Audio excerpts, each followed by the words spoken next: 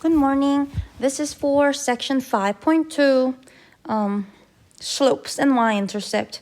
I do want to talk about how Canvas is a little slow on pulling your grades from my math lab this morning. Usually by the time I wake up on Monday morning, all the grades are transferred, but I see some blanks and some of you emailed me about grades not showing up on Canvas. So I did click on sync grades one more time, but if it doesn't automatically update your grades on Canvas, I'll make sure to come back and do them manually, probably later this morning or in the afternoon. I'll come back and check. I've been noticing they're being a little slow on updating the grades recently. But this is for 5.2. After watching video, please try April 6th, Monday attendance quiz. It's got about 10 problems. I wonder if I can preview this quiz with you real quick. Just Monday thing, just asking you for what's due this Sunday, which Excel homework, which My Math Lab homeworks are due this Sunday. And if you want to know, the agenda slides are also available for you. This one lists all the My Math Lab homework 5.2 and 5.3, and Excel homework 5.2 and 5.3, beer and fruity. But as soon as I'm done recording, I will make sure to create a link right here, over here for you, okay? Okay, so because we're talking about slope formula, I'm going to ask you to pick which one is the correct slope formula. I'll ask you to, these are the things that we will go over in this very video. Some of the special slopes too. All right, but you do have 3 attempts on this attendance quiz, and the highest score will be recorded, okay? All right, let's go and talk about this note, 5.2 notes. I think it's a little short, but you let me know if you're doing your homework, if you feel like, oh, I need more examples on certain types of problem, then feel free to email me so that I can add more resources for you.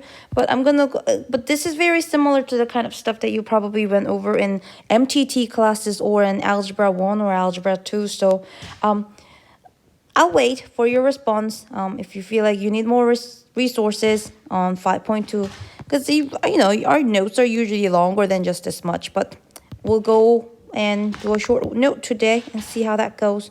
Where is the note? Right here. Okay, so slope and Y-intercept. I kind of ask you to try the slope and Y-intercept Excel homework last week on, what was it? Just lines, right? So you do know that the slope intercept form, not the slope formula, but the slope intercept form is y equals mx plus b. And we used this before, but this first page is mainly focusing just on this slope m, and slope, we use the letter m to represent, is rise over run. So I am boxing this slope formula. This is the slope formula, guys. Slope formula. If you are simply asked to find the slope of a line, you're going to subtract the y values. Take a look. I'm going to go ahead and just talk about this slope formula. My dogs are fighting over their food bowl. Give me 1 second. Shh. Stop. You subtract the y's and put it on the numerator. Y2 minus y1 on top of the fraction, and x2 minus x1. You subtract the x values in the bottom of the fraction. So that's what the formula is. And also, the way they use a slightly different notation, delta y over delta x. That just means the changes in y's and changes in x's. And again, we can read rise over run. If you have a graph, we can do that too. Hopefully we get to go over all these, algebraic, just using the formula is the goal of this very first page. But hopefully I have a couple examples where we read the rise over run in a graph, okay? All right, slope is a ratio of the total change in the outputs, changes in the outputs to the total changes in the input. So you want to make sure that you subtract the y values and then subtract the x values. You don't want to subtract y2 minus x2. You want to make sure that you subtract the y's by y's and x's by x, okay?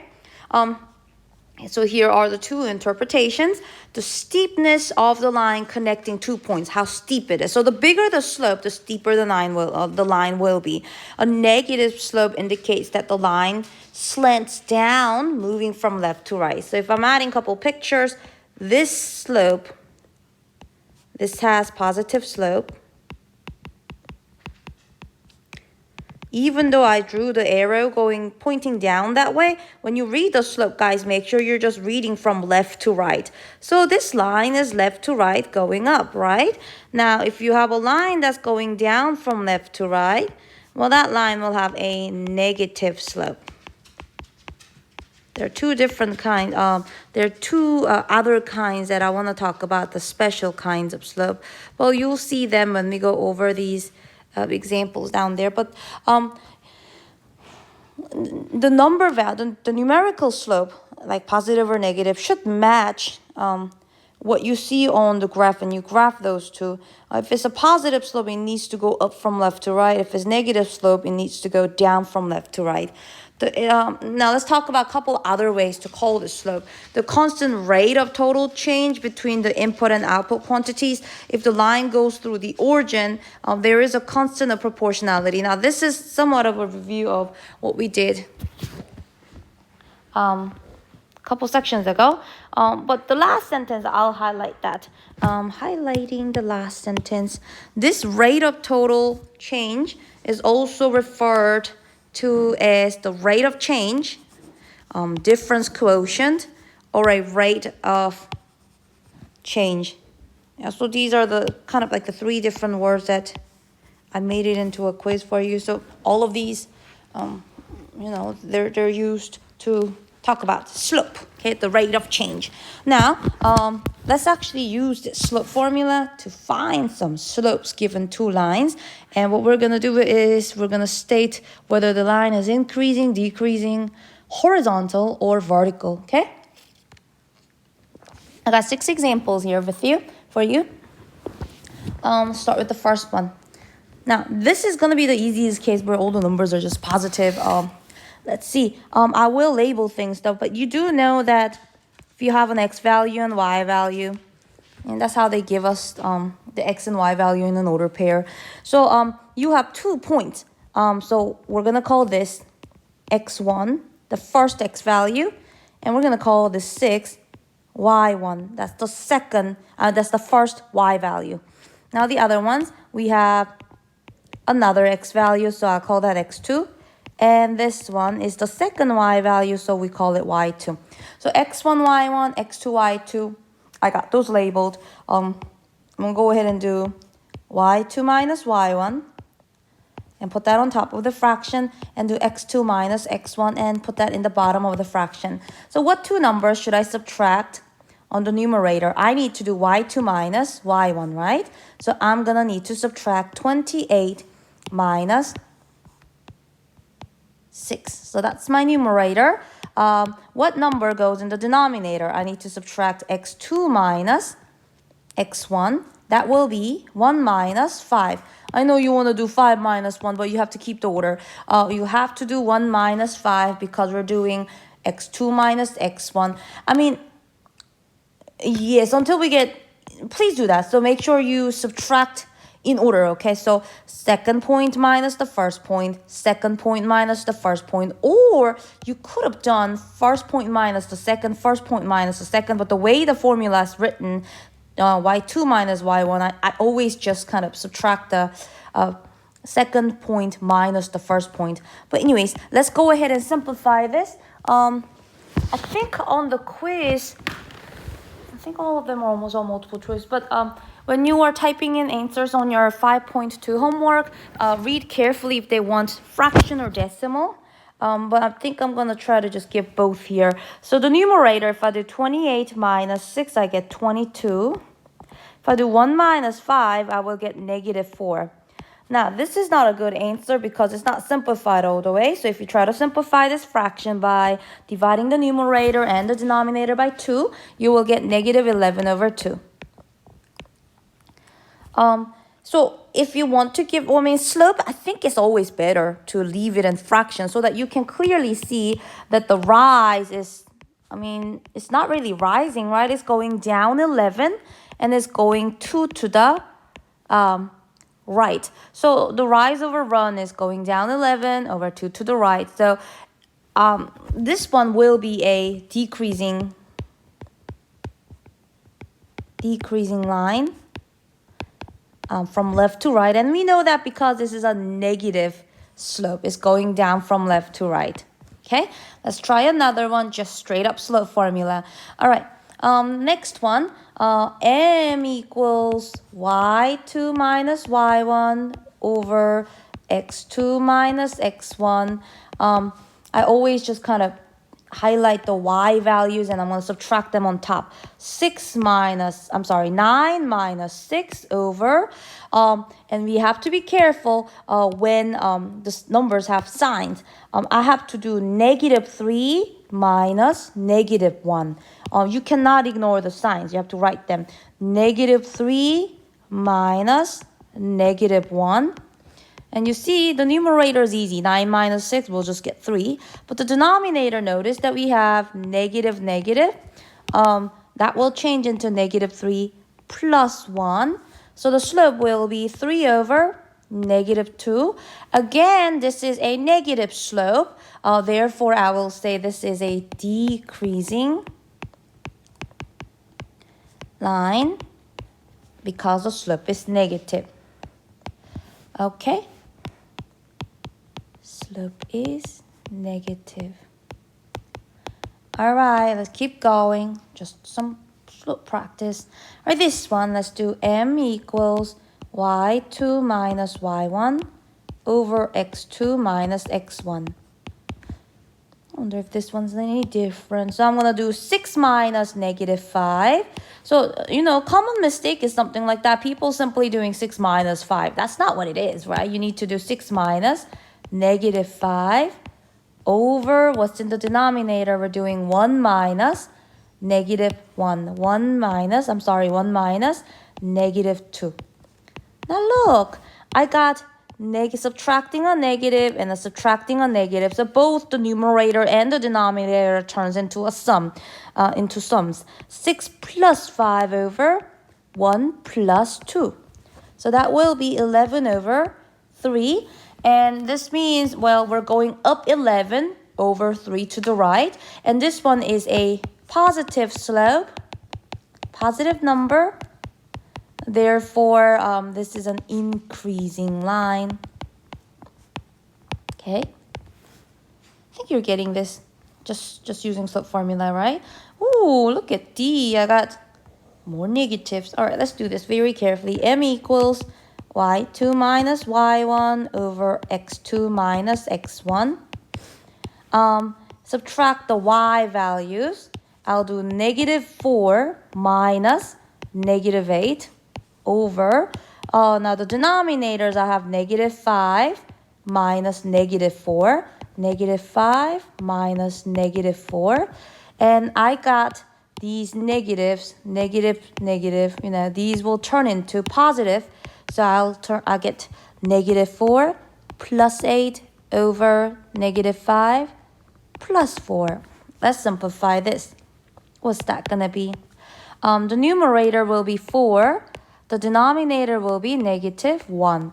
I can simplify that all the way down to just -4. So that means we're going down 4 over 1 to the right. This slope will go down 4, 1 to the right. So we're going to say this is a decreasing line because the slope came out to be negative. Okay? All right, let's look at two special cases. These are, you know, I want to plot them though. I want to plot these and actually just kind of do this graphically with you too. Plot 2, -5. 1, 2, 1, 2, 3, 4, 5. So I got a point right here. That one is 2, -5. The other one, 1, 2, 3, 4, 5. Down 5. That one is 5, -5. Now, if I connect these two with a straight line, what kind of line will this be? This will be a horizontal line, right? So we are about to find out what kind of slope does a horizontal line have. And you can see this line has no steepness, right? This is a flat line, right? So what will be a good number? Well, I mean, let's find out. Let's find out, okay? So here we go. M equals y2 minus y1 over x2 minus x1. What are we subtracting on the numerator? We need to do negative 5 minus negative 5 over, now the denominator we have to do 5 minus 2. 5 minus 2. Let's simplify this. Notice this negative and then negative that turns into positive, so I'll get negative 5 plus 5. The denominator is simply 3. But look, the numerator is now 0, right? 0 over 3. Now, if you're not, sometimes you're having these moments. What's 0 divided by 3? You divide $0 to 3 people. Each of them will get nothing. So, anytime 0 is on the numerator, that fraction is just a 0, okay? So, well, that is true, though. The rise is none. We don't go up or down at all on this graph, but you do go 1, 2, 3 to the right. So, the rise over run will be, rise over run is 0 over 3. And whenever you have a horizontal line, you know, we can probably just notice from now on, horizontal line has 0 slope. The slope of the line is going to be 0. So what kind of line is this? We're going to say horizontal line. So say E is a horizontal line. Whenever you get a slope of 0, slope is 0. And then it's going to be a horizontal line. All right, let's look at the other case, okay? I'm also going to graph this too, just because I want to see this. If I graph this, I will get 1, 2, 3, 4, 5, 6 to the right, down 7. 1, 2, 3, 4, 5, 6, 7. It's got a point right here. That is my 6, negative 7. And the other one is 6 to the right, down, oh my, down 10. 1, 2, 3, 4, 5, 6, 7, 8, 9, 10. So I got another point right here. That one is 6, negative 10. All right, if I draw a straight line connecting these two, what kind of line will this be? This will be a vertical line, right?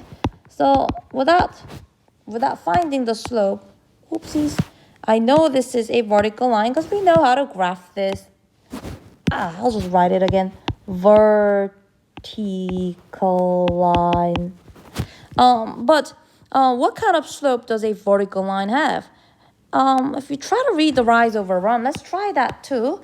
Rise over run. If you try to read the rise over run, this is going up 1, 2, 3 up, right? So up 3 over, how many to the right? Nothing. So you get something like 3 over 0. Now, this is opposite of what we had on the left. We had 0 over 3, and when you had 0 over 3, that's 0. But what if you're dividing 3 by 0? What kind of math is that? You know, see? Where's my little calculator? I started playing this little game recently. But, all right, 3 divided by 0. What's that going to be, guys? The calculators say error, divide by 0. You can't divide by 0 in math. So if this happens, what you're going to say is you're going to say undefined, okay? If you're dividing by 0, that's undefined. So sometimes they call it no slope. Sometimes they call it no slope or just undefined slope. No slope is different from a 0 slope, okay? Because 0 is still a number. But let us try that slope formula together. M equals y2 minus y1 over x2 minus x1.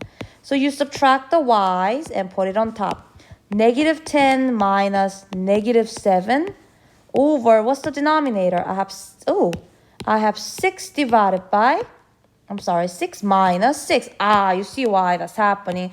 If you subtract 6 minus 6 in the denominator, doesn't matter what the numerator is really. The denominator is 0, and as soon as the fraction has a bottom of, the denominator 0, we know that's going to be undefined.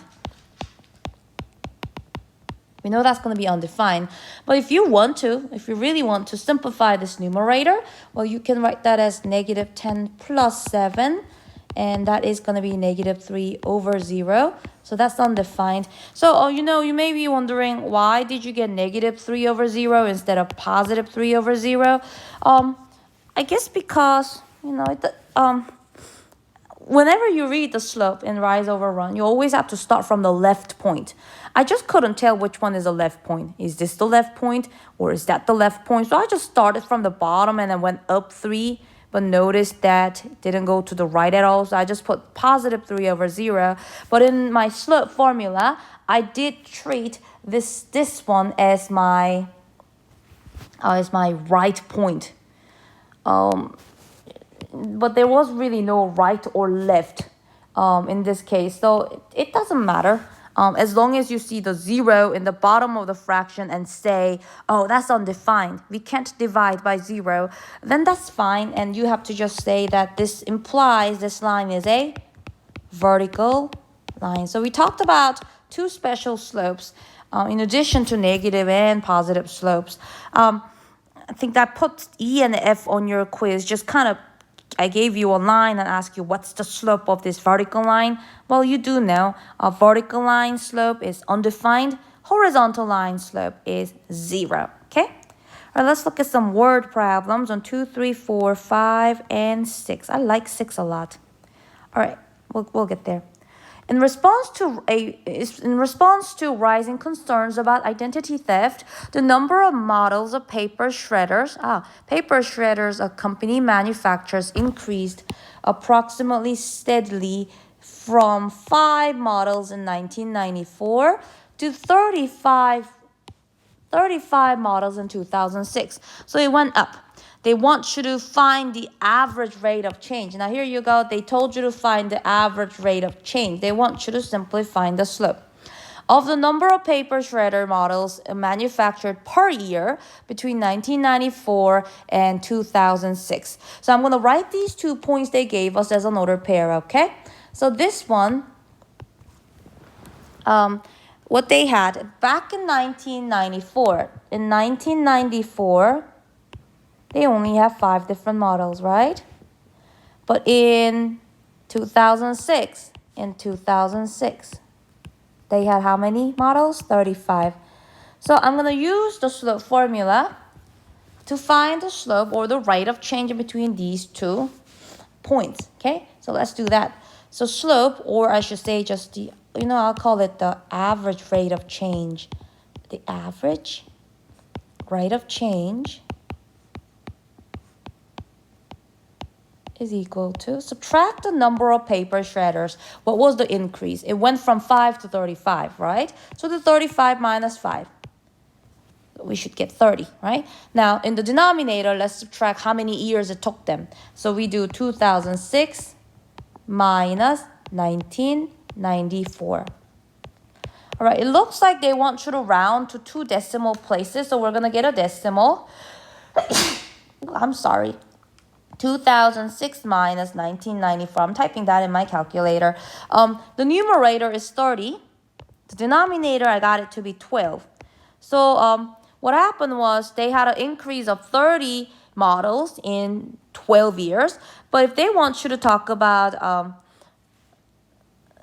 average rate of change of the number of paper shredder manufactured, look at the word per year. They wanted to scale down to 1, right? So just divide 30 by 12 for me. What is 30 divided by 12?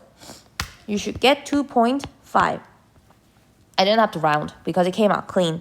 So what we know is that every year they had an increase. Well, it's an average rate of change, right? So maybe some years they had 5, from 1 year to the next year, maybe they had an increase of 5 instead of 2.5. But on an average, we can say that the change was about 2.5 models. And this is an average, so average can be a decimal. It doesn't make sense for them to add exactly 2.5 models every year, right? Because what is that 0.5 model? So you can think of it as, well, some years they had 2, some years they had 3, some years they had 1, some years they had 4, but they all averaged out to be 2.5. And that's how you can find the slope in the same formula. But the reason I put the number of copiers or paper shredders on the numerator is because I said per year. I wanted to divide by the number of years in the denominator. That's why I did 30 over 12 instead of 12 over 30. All right. By the way, you guys heard that our campus is closed until what, April 10th. So don't go to school to get your work done. I think the campus is completely closed. So if you guys were doing some Excel homework in the computer lab, well, just reach out to me and let me know. Okay, we're gonna have to think about another way of doing that. All right, number 3. A portion of road A climbs steadily for... Okay, so we're talking about 2 roads. I'm going to highlight them in different colors. A portion of road A climbs steadily from 195 feet over a horizontal distance of 2,600 feet. So that's road A. It's going up 195 over 2,600 feet. I can find the slope or steadiness or, the steepness of road A. I'll do that right now. You know what? I'll do that right now before I even read road B. So slope of road A equals, now you got to do rise over run, right? Rise over run. They said rise, or we went up. A climb steadily for 195 feet over the horizontal distance, that's the run, 2,600 feet. Now, I want to compare these numbers, and when I'm comparing which one's bigger, decimals easier to see. So do 195, actually divide that number by 2,600. I got this number. I got 0.075. We're going to compare this to something else. Notice there's no unit for slope here, right? Because the units canceled out. Let's do the slope of the line of road B. Let me read this. Road B climbs steadily for 187 feet. It's going up more, but then the horizontal distance it covered, it took them, is a little bit longer. So I actually have to divide. So these are the 2 numbers for road B. Let's find the slope for road B. Slope of road B. Same thing, you have to do your rise over run. This time, rise is what? 187 feet. And the run this time is 3,400 feet. The units will cancel out, but if you divide, let's get the decimal so that we can actually compare them. 187 divided by 3,400. And that came out to be 0.055. Okay, so which one would you say is steeper? Well, the steeper, if the slope is greater. Notice this number is greater. Greater slope implies this road is steeper. Okay, so we just found out that road A is steeper. It's not much, but it's steeper because 0.075 is bigger than 0.055. That's what you can do. And this was our first problem, actually, comparing the slope. But you can do that. You can compare which one is more steep or steeper by comparing their slope. Okay? Oh, let's do the equation of line this time, guys. So far, the first page and the first 2 examples only deal with what's it called? The slope, y equals mx plus b. But if you take a look, they want you to find the equation of a line. Now do write down equation of the line is y equals mx plus b. You do know that. You do know that equation of a line is y equals mx plus b. That's also called slope-intercept form, right? So what you need in order for you to find an equation of a line, you need the slope and you need the y-intercept. Those are the 2 things that you need. You need the slope and you need the y-intercept. If you just have those 2, you're done. You just write your equation and you move on.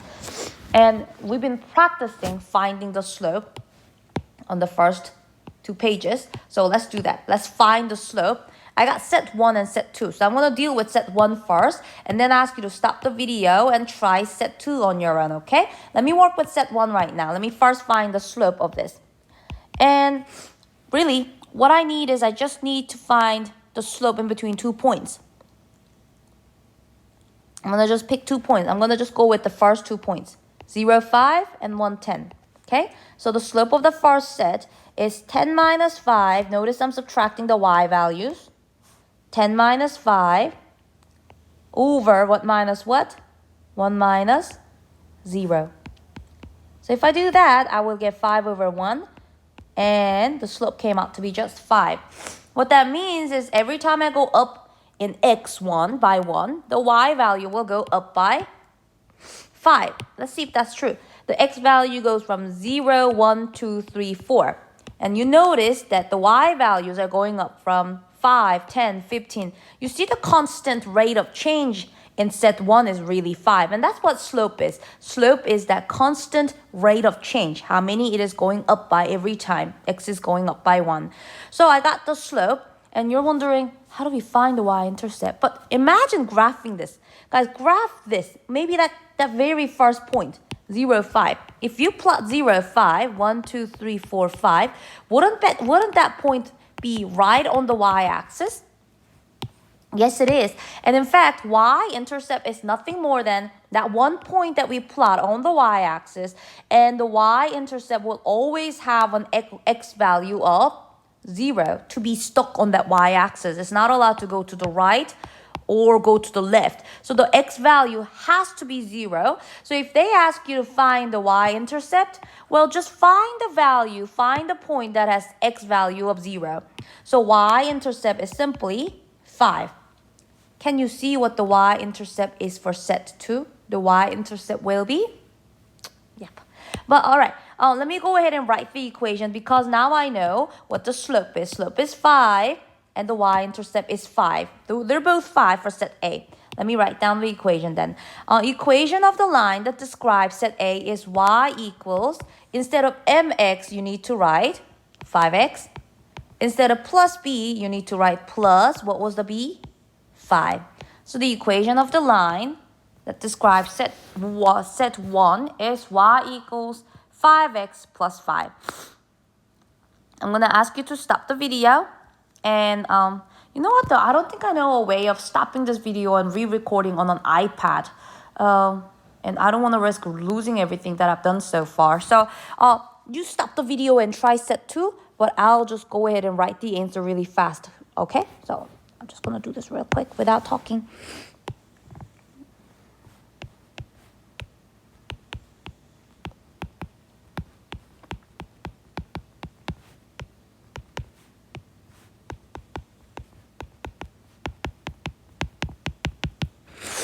Okay, guys, I got the slope to be -6. That means as x values go up by 1, y values will be decreasing by 6. It's going down by 6 every time. Is that true? 7 went down to 1. Yes, it went down 6. 1 went down to -5. So yes, it did go down by 6 again. So the slope is -6. And what did you say for the y-intercept? Y-intercept is when the x value is 0, right? So y-intercept is at 7. So I hope you wrote down m equals -6 and b equals 7. And your equation is y equals -6x plus 7. I'm sure you're going to get plenty of practice when you're doing your 5.2 homework. All right, let's look at a couple more. I thought this was short, but I don't think it's too short. This is good. For the spring semester 2009, part-time students at a college paid, all right, this one sounds important, $498 per credit. Part-time students. Because, you know, their tuition go up by the number of credits they're taking, right? For full-time students, it's like fixed. No matter how many credit you take, after a certain number, I think it's usually 12, you pay the same amount. But for part-time students, it's $498 per credit for tuition, and paid a mandatory, what's this? Mandatory part-time student fee of $60 per semester. So every semester the student is enrolled, this student needs to pay $60. So for fall semester, $60. Spring semester, $60. Okay, so I understand what's going on. Let T be the total. Oh, but look at the word. One semester cost. Now listen, if this person is taking one semester only, how many times should this person pay this $60 per semester cost? It's just going to be one time. So this will be just one-time fee. Why?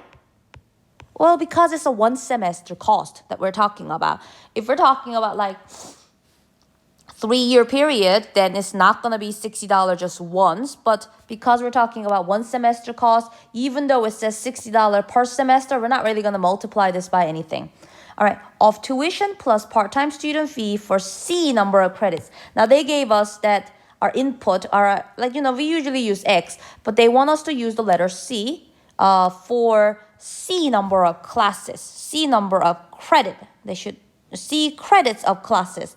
They want you to find the slope of the linear model that describes the situation. So what is changing every time the number of credit changes?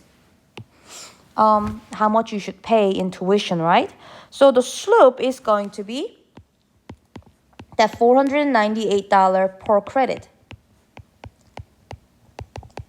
Find the slope of the linear model that describes the situation. What does it mean in this situation? Let's write that down. It means for every one credit the student takes, I'll really write it, the student takes his or her, I'll just say his, tuition goes up by $498. That makes sense, right? So slope is $498, and what that means is every one credit, two credit, as it increases, every credit this person takes, his tuition is going to go up by $498. They want you to find an equation of the model. So let's do that. We usually use Y equals. That's okay, but I'm going to go ahead and do C equals. Why? Because I want to say the cost, okay? The cost equals 498. Oh, maybe C is not a good idea because lowercase c and the capital C looks exactly the same. Sorry, I will really just go back to Y. Okay. I'll just say Y equals 498 times C. See, that's where I wanted to use my little c to represent C credit of classes plus, that's not it though. The student not only pays for every credit he's taking, don't forget about that $60 part-time student fee. That's just getting paid once per semester. So I'm not going to multiply the 60 by anything because we're only looking at one semester cost. What was the total one semester cost of student plus tuition plus part-time student fee of 5 credit? So what we know is C is 5. We got an equation that we can use, so let's plug in. Y equals 498 times 5, but remember to add the $60 part-time student fee. So let me do that on my calculator. If I do 498 times 5 and then add 60, the student's tuition or the total one semester cost for taking 5 credit of classes is going to be $25.50. Okay? That's how we can use the equation that we just wrote down to find the answer to this question. Okay? All right, let's do the very last page. The water is steadily pumped out of a flooded basement. Oh no, okay. Let V be the volume of water in thousands of gallons that remains in the basement T hours after the water began to be pumped. So it makes sense that my line is going down from left to right? Because the more hours you pump, the longer you pump, we better have less water in our basement, right? If it's the other way around, then something is going wrong there, right? So we got this linear model, and we're going to just use this graph to answer these questions they got for us. They said, how much water is in the basement after 2 hours of pumping? 2 hours of pumping, let's see. Hours are in a horizontal axis. 2 is right here. Let me go right up and see what the Y value is. At 2, the Y value is Look, it's in between 16 and 20, so I'm thinking that's gotta be 18. So will I say 18 gallons? No, remember the unit is 18. Well, it's in thousands of gallons. So I will say 18,000 gallons. Oh dear, this basement. All right, so after 2 hours of pumping, we still have 18,000 gallons of water in our basement. Let's go and look at the other one. After how many hours of pumping? Okay, this time they're asking you, I just want to have 3,000 gallons left in my basement. And how long will that take? So this time, go find that 3,000 on the y-axis. Where is my 3,000? So this is going to be a little bit challenging because this is 0, this is 2. And I know 3 will be right here. So let me try my best to read that. It's in between 2 and 4. It's right here. And thankfully, this is right in between 4 and 5. So that will be 4.5 hours. So I will say in 4.5 hours, we're going to have 3,000 gallons left. All right. How much water, I'm doing C now. How much water was in the basement before any water was pumped out? Oh, so before any water was pumped out, that's at what? Hour 0. Hour 0, how much water is in the basement? Let's see. At hour 0, if I go up to see where my graph is, it's right here in between 28 and 32. It's going up by 2. So I know there are 30,000 gallons are in this basement before any water was pumped out. Okay, last question. After how many hours of pumping will all the water be pumped out of the basement? Okay, so that's going to be this point right here, right? Where we have 0 gallons of water. How long will this take? Exactly 5 hours. I really like this one. This one was just reading the graph. So if you were to let's just do something a little extra. Let's read the rise over run over here. So I'm just gonna start from this point right here. How many am I going down? I'm going down. This point was what? 30,000. I'm going down from 30,000 to this point right here. I just picked it, 18,000. So we're going down from 30,000 to 18,000 in how many hour periods? From 0 to 2 hour period, right? So the rate of change, nobody asked, but I wonder, rate of change is going to be, you got to subtract your 30,000 minus 18,000 on the numerator. And then, the hour, maybe it'll be nicer for me to write that as an order pair. The hour goes from 0 to 2. So if you do 2 minus 0, you will get 12,000 in 2 hour period. So, oh guys, I'm sorry. I messed up on the order. Because you know how I did 30,000 minus 18,000? I did 30,000 minus 18,000. I should have really done 18,000 minus 30,000. Let me fix that real quick. Not that the number will be wrong, but then the sign will be wrong. So I really have to be careful, because if I get a positive slope, what does that mean? That means the water is getting more and more. Water is increasing in my basement. That will be horrible. So if I subtract the right way, I'll get negative 12,000 going down 12,000 gallons in 2 hours. So if I divide, I will get negative 6,000 gallons per hour. And I love how this came out to be negative, because it has to be negative slope, because it's going down from left to right, because we want the water in the basement to be less and less. It needs to decrease every hour. So just kind of reading the rise over run. I use the order pairs, but you can do this too. Take a look. I can do, it's going down 1. You know what? The scale is all messed up though. It's not going up by 1. So maybe this one isn't too good to use the rise over run, just reading the graph. But if you can read the order pair, you can simply go back and do your slope formula, okay? All right, I think this is the last one now, number 7. Okay. A student saving account has a balance of, $4,800 on September 1st. Will it increase or decrease? Let's see. Each month, the balance, declines by $450. So this student started with $4,800, but every month is spending $450. Let B be the balance in dollars at T month since September 1st. Find the slope of the linear model that describes the situation. What's changing? What's that average rate of change? The slope is negative 450. Slope is negative 450. You know why it's negative? Because it's declining. And we're going to interpret, we're going to talk about what does it mean in this situation. Okay, so every month,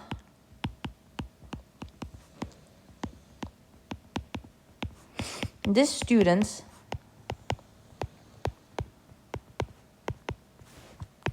balance is going down by $450. That's what it means. Every month, his balance is going down by $450. And that's the constant rate of change because he's spending the same exact amount every month. That's just the constant rate of change here. Or find the B-intercept. Oh, they call it B-intercept instead of Y-intercept because they're instead of saying, hey, Y is my output variable, they just said B be the balance. So, they can call it whatever intercept because what we're just calling is we're going to call this the B-axis here. Okay. So how much did this student have at 0 month? So 0 month being September 1st. How much does this person have in the very beginning, the initial amount? Well, the student has 4,800. So that's how much the student has. Let's write the equation of this model. So I'm going to say B equals, you start with 4,800, right? But you take away $450 every month, every T.